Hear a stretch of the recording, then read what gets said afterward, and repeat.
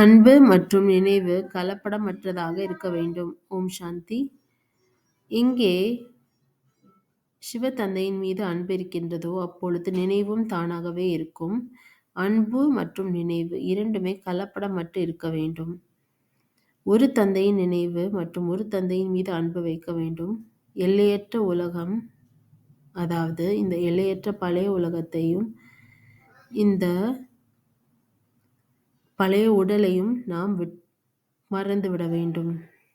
நாம் ஒரு தந்தையை மட்டுமே நினைவு செய்ய வேண்டும் என்று தந்தை நமக்கு சொல்கின்றார். விநாச காலத்தின் போது யாருக்கு அன்பான புத்தி இருக்கின்றதோ அவர்கள் சத்கதி அடைகின்றார்கள் என்று சொல்லப்படுகின்றது. ஆகையால் நாம் தந்தை நினைவில் இந்த பழைய சரீரத்தை நாம் விட வேண்டும். எப்படி ஒரு கூற்று கூட இருக்கின்றது, அதாவது வேடனுக்கு கொண்டாட்டம் மற்றும் வேட்டைக்கு திண்டாட்டம் என்று. ஆகையால் நாம் வேடன்களாக இருக்கின்றோம். ஏனென்றால் இந்த பழைய உடல் மற்றும் இந்த பழைய உலகத்திலிருந்து நாம் மகிழ்ச்சியாக விடுபட்டு விடுகின்றோம்.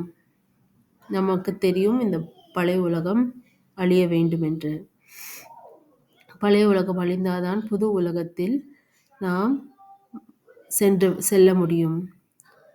ஆகையால் இந்த பழைய உலகம் கண்டிப்பாக அழிய வேண்டும் என்று நமது புத்தியில் இருக்கின்றது. ஆகையால் நமக்கு மகிழ்ச்சியாக இருக்கின்றது. ஆனால் நாம் இந்த மகிழ்ச்சி வருவதற்காக நாம் இப்பொழுதிருந்தே நினைவு சதா இருக்க வேண்டும். தந்தை நினைவு கலப்படமற்ற அன்போடு கலப்படமற்ற நினைவாக இருக்க வேண்டும். ஓம் சாந்தி.